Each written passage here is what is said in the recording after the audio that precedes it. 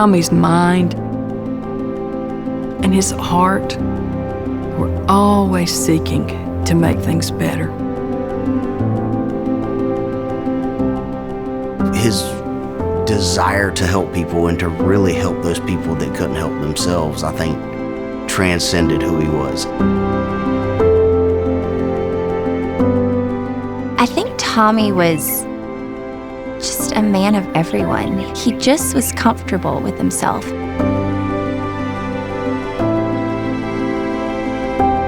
was a man of the people. I never met someone who he couldn't turn into a friend. Dad was larger than life.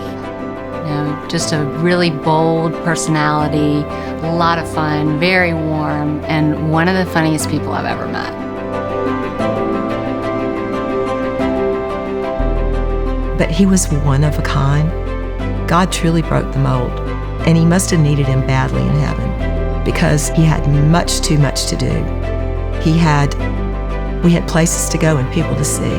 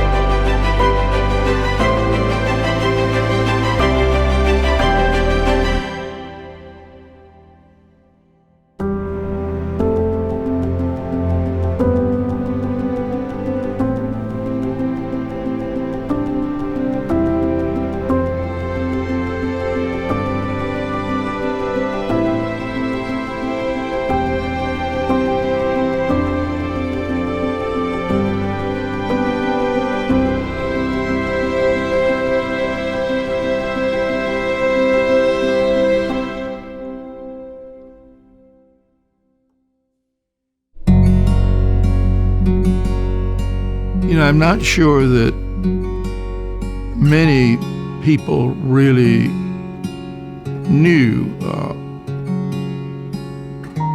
Tommy as others of us did. They knew him when he was younger. They knew him as a young, battling attorney, which he was. He took a lot of hard cases. Then there were those who saw him as a father. Thinking about a song, You Gotta Have Heart. You know, you really do have to have heart. Real people have heart. And heart means different things to different people. To me, with Tommy, it was loyalty, concern, willing to help, always available to you, and trust. You know, I would have trusted him with my life because he was not the kind of man who would betray that trust. In the opening chapters of Genesis, the opening verses of the Bible, God created a paradise. Of course, human beings, we messed it up along the way. Tommy spent his life really trying to recreate paradise, trying to make the world a beautiful place where everybody could live in the fullness, the most full life that they possibly could have. He was a pleasure to be around. He cared. He was compassionate. He was all about his profession. But yeah, he was like a dad, pretty much to all of us, actually. I mean, if any of us needed anything, he was there. When I opened my own practice and you realize really how terrifying it is and how alone you are when it's just you and a paralegal, I could, without hesitation, pick up the phone and get Tommy on the phone or at my office, or I was always welcome at his office or his home to help me. And so, I mean, friend, mentor, father figure, he was all that rolled into one. He was just terrific. Tommy was just a terrific man that I loved. I loved him. I thought of him as so many different people. My father, my best friend, my preacher, my confidant, my attorney. He was just a terrific guy. Just really was. I think Tommy had an enormous amount of confidence that he got from his family. I know of the relationship between Tommy and his daddy. And his daddy was Tommy's biggest fan. And Tommy was probably his dad's biggest fan too. I mean, Tommy knew whatever he did, that Tom Sr. was going to be there to see him through it. I think Big Tom was one of the most amazing men I've ever met in my whole life, and I only knew him a short time. His dad lettered at Clemson in several different sports, and then went off to war and was a POW. Papa was an unbelievable person. He was a prisoner of war in Germany for several years, and he was so humble, he rarely ever talked about that or his accomplishments, which we found out later, that he had multiple Purple Hearts, Bronze Stars. He received the highest order of the state of South Carolina, which was the Order of the Palmetto. Just a larger-than-life person, sort of like my dad, and he had a huge influence on my dad's life. Tommy had just immense respect for his dad, and they were best friends. I think when Big Tom passed away, that maybe Tommy's best friend became Field. Makes me feel like he's still here, like he's not gone. Yeah, a lot of memories. I would say, you caught me off guard. I'd say this is one of the few places, albeit Highlands, the farm, the office, and Hogskin, it's probably the 4 places where I feel like I can still talk to him.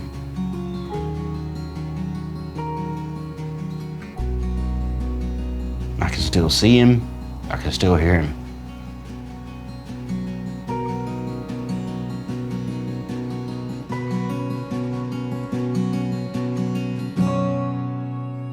I think that Tommy learned another trait from his dad, and that was regardless of whether your child was right or wrong, you loved your child, and you were going to do anything you could do to help them through the good times and the bad times. Tommy's family exemplifies that. Tommy was there for his children. He tried to go to everything they had. He did not expect perfection, but he knew they were capable. He allowed them to explore areas that maybe were not his expertise. It takes a long time to get to that point where you can, call another man, dad. It really came down to me accepting him as my dad. And I think that because he always accepted me as his son, it probably was one of his greatest gifts. Just being able to be so, just so embracing, and that's why people love him. That's why so many people love that man as much as I do. I actually never called him Dad. I called him Law Dad. It wasn't that I didn't feel it. I just felt like I had a father, and he was a natural progression into something that was so special. I did call him Dad once, about a month before he died. And I think I must have left him a voicemail on his phone, and apparently it meant a lot to him. When Field was in high school, he was a high school rodeo participant. And Tommy knew nothing about that. But guess what he learned? And we were at every rodeo every time Field was doing something. I'm not so sure that he would say to you that he was the most incredible father in the world, but I I thought that he was the most dependable father, and he was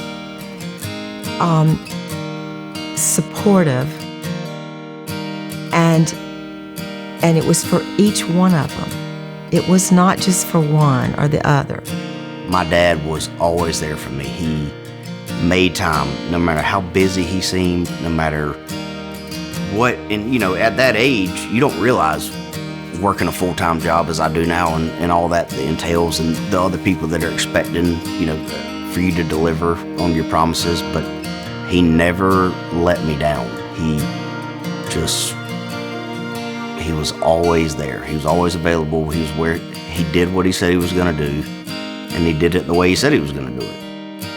He did touch base with his sisters. He had a love of communicating with people. He would call people just every day, and I admired that because he stayed in touch. He stayed in touch. I know that his oldest sister, Ann, was somebody that he idolized. I think Betsy was his partner in crime. They were so much alike. Carol was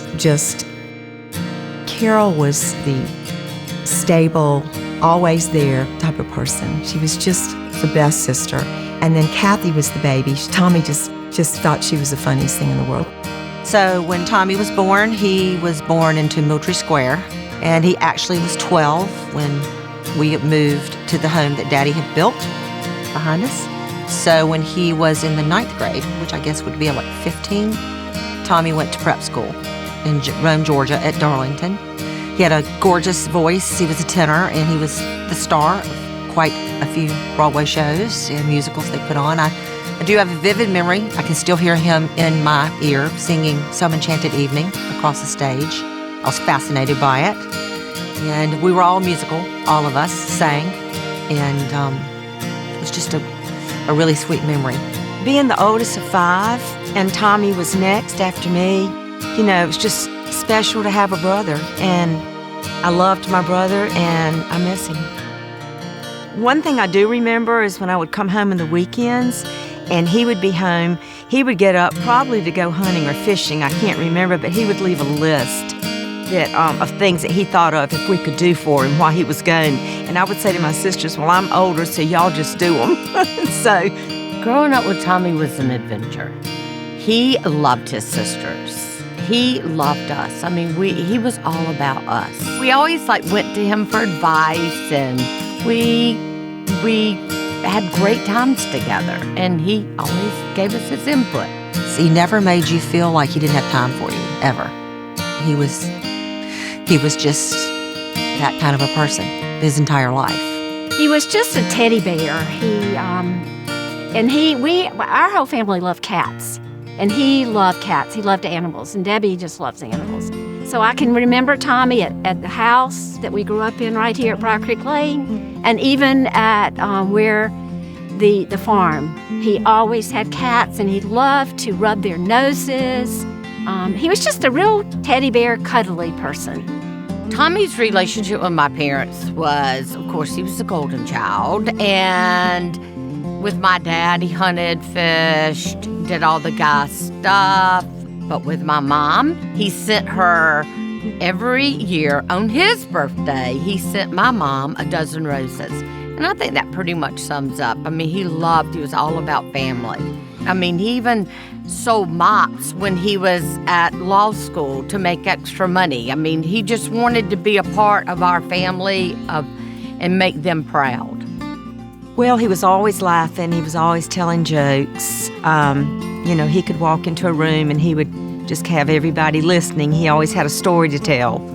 And, we all miss his phone calls now. He called us fairly regularly. So we would do Dunaway Christmas. So we rotate homes, and then we would rotate about every 5th year, go to Highlands. And our families grew, and it was a lot of fun. It was a lot of noise and chaos. And Tommy usually had a story or brought something that he was going to share with all of us, maybe from my parents. But he always usually kind of commanded the time and had a little story to share. So Tommy and I are probably the most alike. And so we would fight and we would love, but we always had that brother-sister bond. He and I fought like hell now, I'm just telling you. I mean, I'd do something and he'd get so mad at me, he'd call me up and he'd say, I mean, really? I mean, why in the hell did you call me for my advice and do the exact opposite of what I told you? I don't know, but you were right and I'm wrong and I'm sorry. But then I would tell him something and he'd have to call me and say, okay, you were right. I was wrong. I'm sorry. And he was always there for me. Now, I didn't take his advice, which, wasn't so good, but he was always there for me, always had my back. Tommy was a wonderful brother and a wonderful friend. He was somebody that you could talk to, and he would listen. I could call him for advice or suggestions, and he would always be there. You just can't cut the cords that Tommy wove in all of our lives. He was just that meaningful. And I think that's what I miss the most. I miss the most that he's just there, but I can't quite reach him. So. I think he was most proud of us, and by us, I mean his family. Immediate family, extended family, everybody that he called family, I think that's what he was most proud of. And it wasn't who they were or what their accomplishments were, it was just he was most proud to call them family. He was just my go-to. He was my best friend. Through every bumpy road that my dad and I had in the course of our relationship, I always knew that he loved me. And I hope he knows that I always loved him. We were a lot alike. We didn't always see eye to eye. I was a little bit of a rebellious daughter. We challenged each other in ways that I think made both of us grow and dig deeper in our faith and dig deeper in our relationship. And we learned so much more about ourselves, and our relationship became so much more authentic and strong because of the trials that we went through.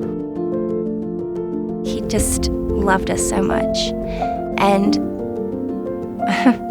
he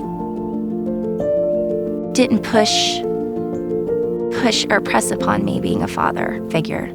It just naturally happened. I miss him a lot.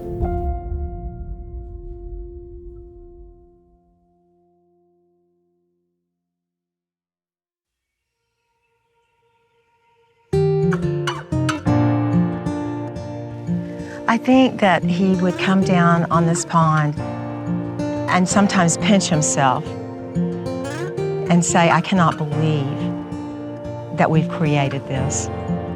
And he was just always so humble and appreciative. I don't know where the spot is on the highway between his office and his house, but there was some magic line in the road that he'd cross over, and the law practice and the hurly-burly of his daily life got put behind, and he started concentrating on what was awaiting him at 158 100 Acre Farm Road.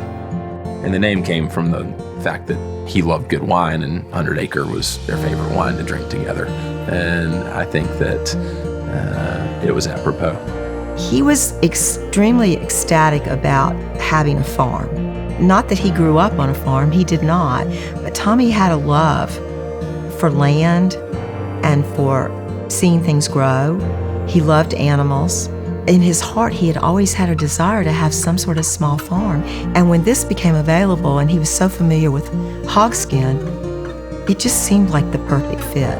We started small. We started with the barn, and then we had a wonderful architect that I knew from Macon, Georgia, that sat down with us in our loft apartment and listened to our story about what we wanted to have so that our 4 children would feel like everybody had a space. He and Debbie made that dream come true. They would come out to the property and they would bring a picnic and they'd bring a bottle of wine and they'd sit on top of the hill and they would look and see which direction the sun went down, or so that they could decide where the perfect place to put their dream home would be. And they built it, and they built it with love, and it's just has been a huge sanctuary and a soft place to land for all of us. Tommy informed me one day that he was going to get 3 Cadillacs and was going to have them put into the pond at various places as a fish sanctuary. I asked him why Cadillacs, and he said that was the first car I got as a young lawyer, and it was the person I represented owned a Cadillac dealership, and he let me drive a Cadillac. So I have a special place in my heart for Cadillacs. He was proud, and so it's called Cadillac Lake. One thing led to another, and then the animals and the fish, and he loved to talk about it. I mean, it was, and it was a place of love. As they built the farm, he and Debbie built the farm, of course, that extended into donkeys. He had an emu named Randall. He had cows. Animals were just a part of our life. About 10 years after we completed the house, Tommy said, there's a part of this property that's missing, and it's our cabin. So we picked up the cabin from the hogskin property and moved it across the fields, and it is sitting where we put it. As he was driving up the driveway, his windows would be down, he'd be singing at the top of his lungs, and he would have the biggest smile on his face as he drove through the porte-cochere, and he would say, I'm so glad to be home. The farm was the place where they wanted to put down family roots. Everybody could come home and all be under the same roof. There was plenty of growing space for grandchildren, and they just wanted us to be able to want to be here and want to be a family together, because this place is just spectacular. So I'm so lucky to have called it home. This was just a happy place for Tommy. We really thought we'd be here a long time doing that. And I'm thankful for the days that I have, with the memories I have of him sitting on this pond. If you go in that office in there, there's the 2 top drawers are pulled out, and there's blankets in each one of them.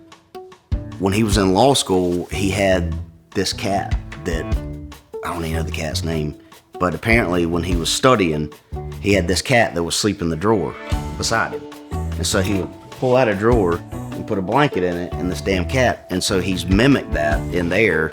But he just loved cats, and he was just great with them. And oh gosh, he talked to the cows. He'd walk up to them in the afternoon and he'd say, I had a really rough day, how about you? And they'd moo, and he'd say, I feel the same way. And that's why he liked these animals.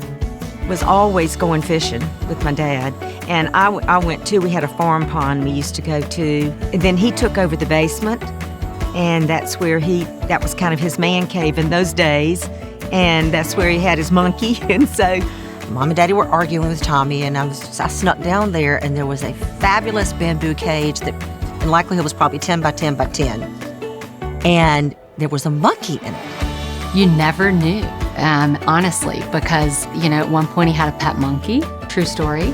A living rhesus monkey. And I was fascinated. And Tommy had told Mom and Daddy that he was keeping it for a friend. And when Tommy went back to Wofford, he had no choice but to tell my parents that that was his monkey. And I don't remember what happened to the monkey, but it sure was cute. I'll never forget when he came home one day thinking he was going to surprise my mom with this wonderful gift, and he came home with a pet skunk, which he named Stinky. We were in New York City, walking down Fifth Avenue, and I get a phone call from our farmhands who said, Debbie, there are 2 horses that are being delivered to the farm, and they're here. Where do we put them? And I said, well, you must be mistaken. We aren't getting 2 horses.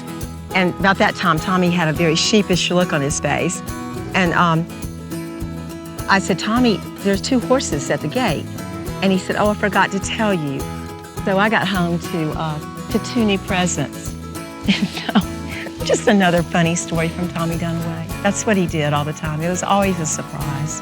All my life, I can, remember my dad, just his love of the country. And he and my grandfather and some other men built a hunt club called Hogskin Hunting Club in Due West, South Carolina, and he absolutely loved the area. Hogskin's always been a part of our life.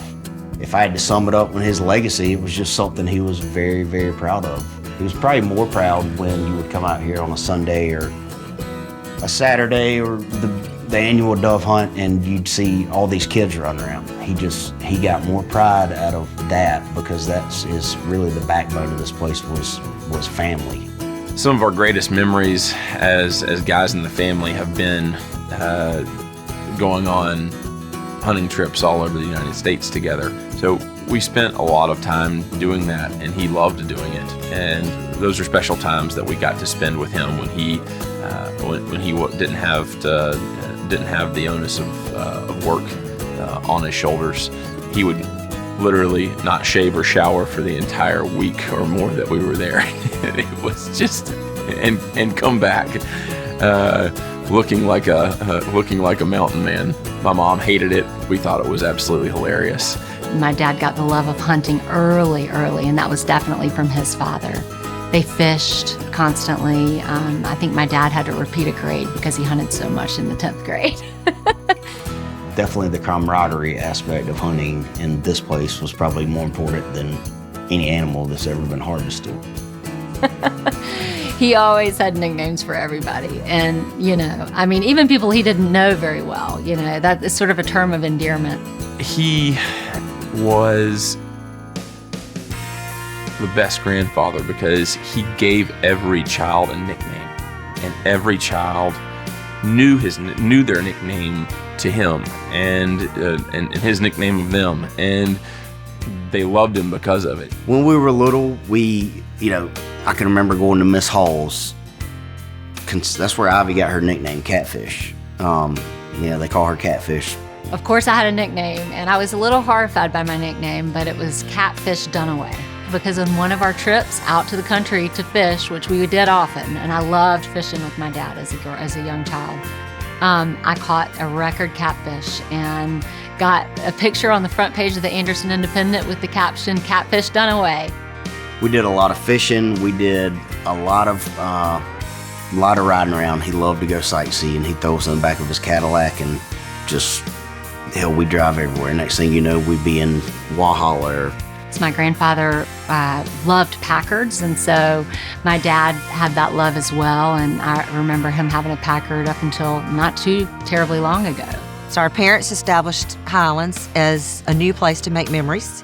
When Mom and Daddy got older, they gifted the 5 of us each a 5th in the house, and Tommy held on to it. Tommy held on to, again, he was just such a keeper of everything special to our family. So he kept the mountain house. He held on to it, kept it intact, kept all of our pictures on the walls. We've had many a family weekend up there, and it was just very special to all of us. Highlands was so special, and I remember the Highlands before it became what it is today. I mean, it was the Highlands that Tommy grew up loving. And there were many weekends actually when I was in high school that just Mom and Tommy and I would go up and stay. And we would go to Scudder's Galleries, which was a little live auction house, and he loved to go antiquing. And, he really probably helped me create the love that I have for Highlands today. We tailgated at a Tiger Park that was started by friends in Anderson, actually, that we all grew up with. And we were able to get spaces side by side. So we would plan our tailgate, and we always knew Tommy would be bringing his Bloody Marys with Zing Zang, and he liked to put a little kick on in it. But Tommy just made sure all the guests that would come to our tailgate, he would just be right there, and that everybody would be comfortable with their favorite drink. He was a showman and a host and just an all-around fun dude. There's nobody that didn't want to hang out with my dad. Everybody, because you were going to laugh your ass off, you were going to drink a lot of wine. If you wanted liquor, you could drink that too, but you were going to have a damn good time, and Tommy Dunaway was going to make damn sure you did.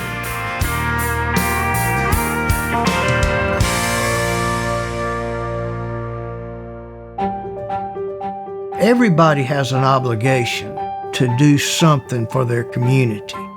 Besides just being a successful businessman, I think you actually have to serve. And I think that was Tommy's way of public service. I think it ran in his family. I mean, his dad was on school board for many years. So he learns at an early age that you can be a successful business person, but you've got to go above and beyond. And I think that's what he did. When we first came on city council, downtown was dead. So we went into streetscapes and landscaping and giving grants to folks to improve the facades of their buildings, and that was very successful. There was a need for Anderson to come back. And Tommy, said, we can't be Greenville, but I know we can do better. He would take trips with the city council to different towns, and he would get great ideas, but it wouldn't have to be big cities. He would just be constantly looking for something that might fit for Anderson. And he'd come back and he would get them excited about it and say, let's go look, let's go talk about this, let's see if we can get grants. If there's something for us to be proud of as a team, it would be what has transpired in downtown today. That again was his love for serving the community and being on city council. I mean, that was just a part of him, as much as being a lawyer. He was an aggressive personality, and sometimes that was the most delightful, aggressive person you've ever met, and other times it was one that you really want to take outside and hit with a bat. But that was us. As he got more involved in the downtown revitalization, he came home and he said, I need to put my money where my mouth is. He said, what would you think about living downtown? And I said, well, that'd be fun. The address was 108 East Church Street. We had to completely renovate the entire building. In the meantime, this farm property became available, and had to realize that Tommy, being on city council, his primary residence needed to be in the city. So we were still in the city as far as the loft department went, and everybody thought it was just an amazing space. We kept that for a while we were building down here, but we eventually sold it. And now that Tommy's gone, there's a part of me that wishes we still had it, because I'd be right downtown. He put a bronze plaque on this building when they got through with it and named it the Dunaway Building. And there is a codicil on that deed that plaque can never be removed. And I know that's because he wants people 100 years from now to see the Dunaway Building and say, well, who was Dunaway? And maybe do a little research and be pushed into being fans and advocates for downtown revitalization through his efforts. What Tommy would do is that he would go to Skin's Hot Dogs and fill up coolers. And I can't tell you how many hot dogs he had and how many coolers. He said, Tucker, come on over here. I'm gonna show you how to do this. And I said, okay. So I went over there, and you wouldn't believe the people. He's on the basketball court over there. They're playing basketball and handing out hot dogs. He did that every time. It wasn't a one-shot deal. So that was good campaigning, good politicking, as I would call it. He was very proud. And I mean, he had to be. He accomplished a lot, a whole lot. I mean, he did a lot for the city. Anderson wouldn't be what it is if it wasn't for him. It just wouldn't be. I will always remember his good attitude, his faithfulness, could pray at the drop of a hat, just always willing to help the community. Habitat, all the things he did when he was on the city council. It's hard for me to go anywhere in Anderson and not see a part of him. Tommy had a true servant's heart. You didn't have to be Tommy's actual neighbor to be his neighbor. He was so committed to this town that he wanted the whole town to thrive. One Wednesday night after a church meeting, Tommy came up to me and he said, I want us to build a Habitat house. And I said, okay. He said, no, I want us to build a Habitat house. And I said, great. I'll be glad to talk about that. That sounds like a great idea. No, I want us to build a Habitat house. So Tommy pursued that path down the Habitat House trail, and he was so committed. He walked into the Habitat Administration office and they said, well, this is what you do. And he said, well, I want our church and the Anderson County Bar to build a Habitat house. Just tell me what I have to do. And you know what? That house got built. I realized how much of an influential leader he was in the community. And that was his passion. And I also learned even more how passionate he was about the Habitat for Humanity. And I just thought, what better way to honor and memorialize a friend than get involved in something he was passionate about. If Tommy was looking down, I think he would be smiling really big, and he would say, you know, there's another house I was able to build through Habitat. This is the Tom Dunaway Memorial build through Habitat for Humanity, the Anderson chapter, and everybody got involved solely because of Tommy and his impact. He wanted to help out in so many ways. He spent his time, effort, money in this community that he loved. And that cause of showing people that it was still happening, even after his passing, you know, he was still being impactful in this community. Tommy's family had always sat in the second row on the left side going in. And, you know, people just left it vacant for whoever came from the Dunaway family. First day after he had died, and I wrote in my journal that single sentence, I can't believe Tommy Dunaway died. I couldn't imagine coming into the sanctuary, stepping up into the pulpit that bears his family's name, and looking down, and him not being there. He was so important to this congregation, still is so important to this congregation. He inspires us still. He would want that kind of legacy to continue. His generosity was unexcelled. I mean, the people in his office, you know, I think they loved him. They saw him as a friend as well as a boss. They had passed that barrier.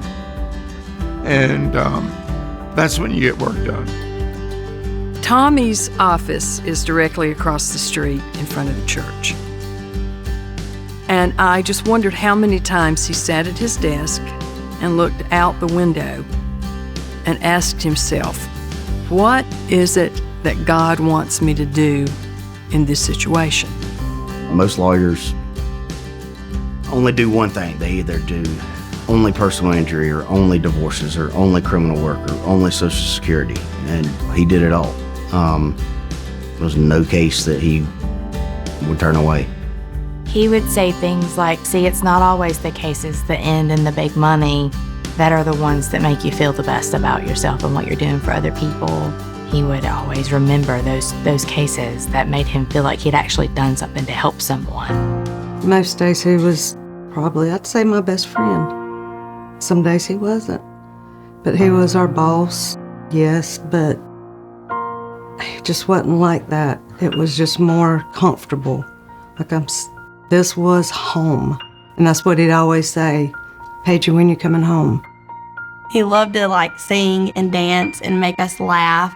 And he would sing to us all the time. And he would get to singing and dancing and his shoulders moving and stuff. And if we were ever kind of just like sitting around being really quiet, it's like, why are y'all being quiet today? Like he had to have high energy all the time. He would come up with these songs that of course none of us had ever heard, but he would start singing them, and then he would start doing a little jig, and then he would explain the song and where he was when he first heard it. And by the end of the day, we would be singing that song. To Tommy, Christmas sausage was like the highlight of the year because everywhere around here, all the way up to Highlands, knew that Christmas time and they were going to get Tommy Dunaway's Christmas sausage. He loved it and hated it. He hated that all of us girls were gone for the week, so that meant we didn't have a whole lot of appointments coming in and out. But he loved it because he knew that it meant the world to other people just to be able to get that. And everybody would say, it's just so good. And we know that Tommy Dunaway's thinking about us. And so he loved it and he hated it all at the same time. Working for Tommy, you would always end up in places that you never expected to go. for work. You may end up at the farm taking care of animals or taking care of grandchildren in the office or going to a lunch at the most redneck place in town just because that's where he wanted to go. Thousands of people have come through here with their legal issues, and it's where they felt like if they came in here, Dad, Tommy was going to fix it. He took great pride in being a lawyer of the people. We would even tell him somebody would come in with an issue, and all of us in the office would say, do not take that case, do not take that case, do not take that case. Oh, I'm not. I'm just going to meet with him and talk to him. He'd walk out and hand the file to Catherine and go, Catherine, give him a file number. And we'd all just shake our heads because he just could not say no. We would have people calling us from the jail being like, I heard Tom Dunaway was the best attorney. Like, I need Tom Dunaway. He could have a conversation with a federal judge, with a pig farmer, with a housekeeper. It didn't matter. He was just so personable. If you walked in the office and saw his shoes back there, even if his car wasn't in the parking lot, you knew he was here somewhere. He was a community lawyer, and he wanted to take his client and march them down Main Street to the courthouse and be their advocate. Dunaway Law Firm was his life. The most important thing other than our family to him was this office and what it stood for.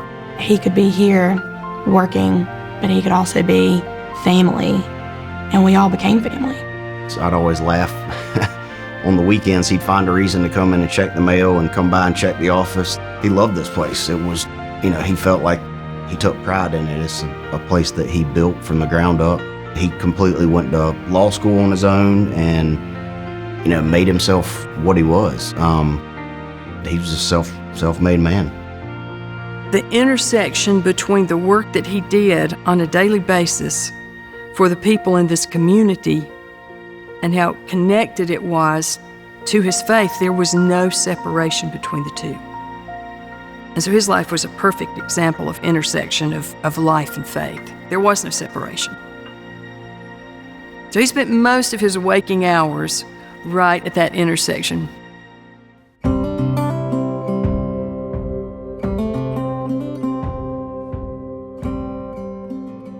You didn't see Tommy as a calming personality. At any time of day, he was not a calming personality.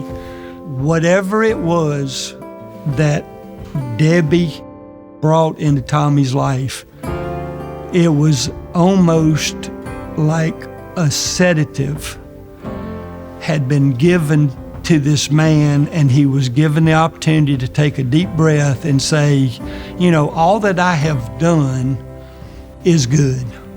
I think there was an energy that she brought that calmed down his energy into a better force. Debbie made Tommy a special, wonderful guy. It was just amazing how much love. Many times we would see him at a restaurant and he got up, got everything for her. I mean, you could tell from the mannerisms this guy was head over heels in love with this woman. I was at the University of Georgia in Athens, and I'll never forget, Dad was coming to visit, and he had a date, which was not a usual occurrence. And so the guy I was dating at the time and my dad and I all met Debbie, and I never forget her walking in, this tall blonde, just beautiful with a pink suede miniskirt on, and she looked incredible. And my dad was tongue-tied, which he was never tongue-tied. And just from that day forward, it was just, they were one, and they became one quickly, and it was true love. He treated her like a queen, and she in turn treated him like a king. The two of them, they just loved each other.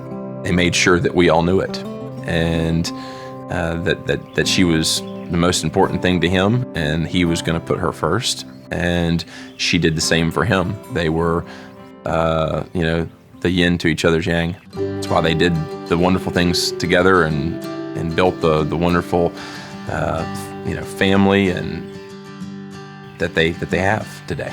Their most lasting memories together is the family that they've built, because it will carry on. But I remember him sitting me down and saying, I've fallen in love with Debbie and we're gonna get married, and I hope you support that. And at the time, of course, I was like, yeah, Dad, that's great. At 16, you don't know how that's gonna change your life. You don't know that all the freedoms and all the perks of just living with your dad is gonna change, and it changed dramatically. Now that I'm married and have my own family, I realize that that's, I was being selfish, and I came to love all of them, and we came to become a family, but it was not nearly as easy as Dad presented it. We all had to work. He was a different man after he met her, and the man that I grew up with was somewhat different than the man he became with Debbie. He just became happier and just a overall better, more well-rounded human being because of the love that they shared. Wherever she went, Tommy was never far behind. His love for her, it knew no bounds. But I think the beauty of their relationship was their friendship. He would have done anything. If she said, Tommy, I want to go to the moon, he would figure out how to make her get on that next rocket ship. He just was her best cheerleader. They were each other's best cheerleaders. And, for that, they were a dynamic duo. It was so special to sit on the sidelines and watch them just be together. Because they just giggled and they held hands and they just loved. He always called her Beau, and he would always bring her gifts. He loved gifts.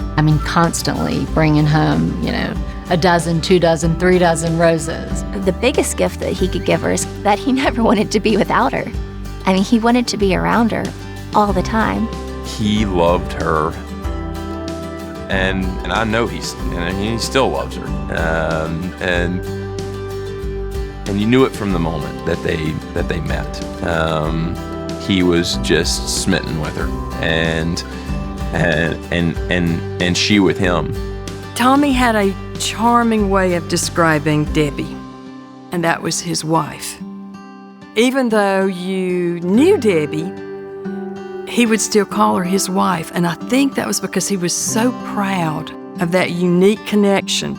And while we all know Debbie and love Debbie, he had a part of her that nobody else had, because she was my wife.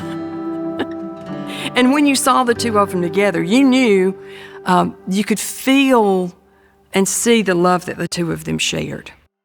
Tommy loved Debbie. He loved Debbie, and Debbie was the best thing that ever happened to Tommy. I can't even tell you how wonderful from the outside looking in it looked, but I can tell you from the inside, you felt it. When you're around them, it was just always doing for each other. It's just a feeling that you have when you're around them, and I hate it for Debbie because I know it's a huge void, because they loved everything together. They were always together. They never really fought. It's a love that nobody ever really gets. Very few people, and they had it. Tommy Dunaway was the love of my life. It was a mature love that wasn't, it was an adult love, which is the best kind. I'm just going to tell you. He was the kindest person I have ever known in my whole life. And he was so kind to everybody, not just me. It was wonderful. And I just pray that he gives me strength every day to just put my one foot in front of the other and become strong and do something that Tommy would want me to do to make him proud. Because he loved being proud of his family. And I will always want him to be proud of what I've done for him and what I think of him and what I will always remember about him. There just wasn't anybody else like Tommy Dunaway in my life. And I love him, and I'm so glad he loved me. I'm a better person because of him.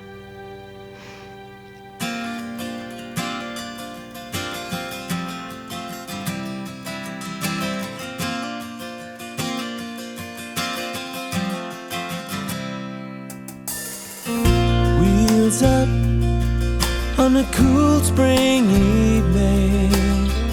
The breeze comes from behind. We join the birds out over the water and leave the city far behind. Hear the music playing in the distance. There's a love song on the line. Look out the window, the birds out on the water, and I'm singing my own rhyme. Here comes the sun, dancing on the moon. Here comes my baby in the distance. I can smell a sweet perfume. Can you see the stars? They're dancing to a tune. I know my baby, she's waiting in the distance and singing her own tune. I'm still in love with you.